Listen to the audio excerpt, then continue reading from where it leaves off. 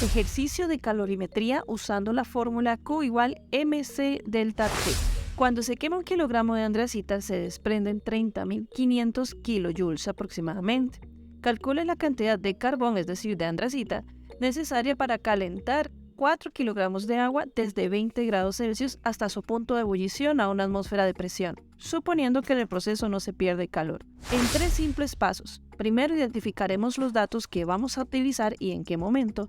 En este caso, una atmósfera de presión y que no se pierde calor son solamente condiciones necesarias para que el sistema ocurra, pero no son parte de los datos que tomaremos en los cálculos. Paso número 2. Calculemos el calor que el agua requiere, ¿verdad?, para hacer el cambio de 20 grados Celsius hasta su punto de ebullición, es decir, hasta 100 grados Celsius, utilizando la formulita. Y por último, una vez que ya tenemos cuánto calor requiere esa agua, podemos hacer la comparación con la información que tenemos del carbono. Veamos. Resumimos los datos en el calor del carbono, la masa del agua, podemos inclusive anotar acá el subíndice y el cambio de temperatura correspondiente, como los únicos 3 datos que por el momento estarían siendo dados por el problema. Pero en este tema siempre vamos a contar con datos de tablas ya establecidos, como lo es el calor específico del agua. En ese caso son 4.184 julios sobre kilogramo por grado Celsius. Importante que observemos las unidades porque el numerito puede variar si utilizamos diferentes unidades, ¿ok? Como kilojulios, gramos, kelvins, etc. Entonces no nos da el problema, pero es un dato que debemos conocer cuando hablamos de agua. Ok, vean que inclusive en los datos incluimos el delta T ya listo para utilizar en nuestra fórmula. Anotamos la fórmula tal cual y sustituimos ahora sí por los numeritos correspondientes. Tenemos 4 kilogramos, la C, que en ocasiones alguna literatura lo trata como S, son 4.184 julios sobre kilogramo grados Celsius por los 80 grados Celsius. Te recomiendo siempre anotar las unidades, ya que eso te va a dar claridad de cuáles cosas se cancelan y cuáles quedan para el cálculo. Por ejemplo, los kilogramos que están aquí arriba se van a cancelar con los de abajo, lo mismo con los grados Celsius.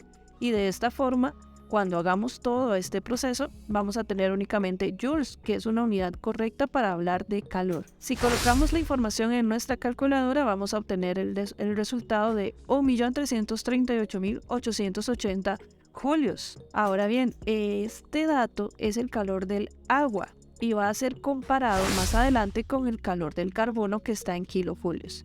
Así que es bueno hacer una conversión, ya sea el del carbón a julios o este a kilojulios, que es lo que estaríamos haciendo nosotros, ya que este es el dato que estamos trabajando. Una vez que hacemos la conversión, recordemos que julios y kilojulios se utiliza este factor de conversión y bueno, tenemos entonces que más bien ahora hay 1.338,88 kilojulios. Este es el calor necesario para el cambio de temperatura del agua, pero no es eso lo que nos están preguntando. Ahora nos están preguntando cuánto carbón puede producir este calor y para que todo este proceso ocurra. Por esa razón, ahora vamos a calcular esos kilogramos de andracita o carbón. Para eso vamos ahora a los otros datos que no hemos utilizado, que es el kilogramo de carbón y los 30.500 kilojulios.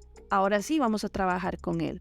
Usamos esos datos y los vamos a relacionar con lo que ya tenemos, que sería el calor del agua. Anotamos esa información como un factor de conversión. 1 kilogramo de carbono es igual a 30.500 kilojoules y construimos nuestra regla de 3. Entonces, esta información va a ser nuestro numerador y vamos ahora a anotar el denominador. ¿Qué sería el denominador? Bueno, acá donde tenemos 1 kilogramo, ahora necesitamos averiguar cuántos kilogramos me producen 1.338. Vean que la diferencia es muy grande. Entonces, si 1 kilogramo me produce 30.000 kilojoules y yo solo necesito 1.338, el número debería ser pequeño. Desde acá ya podemos ir previendo por dónde va a andar nuestra respuesta.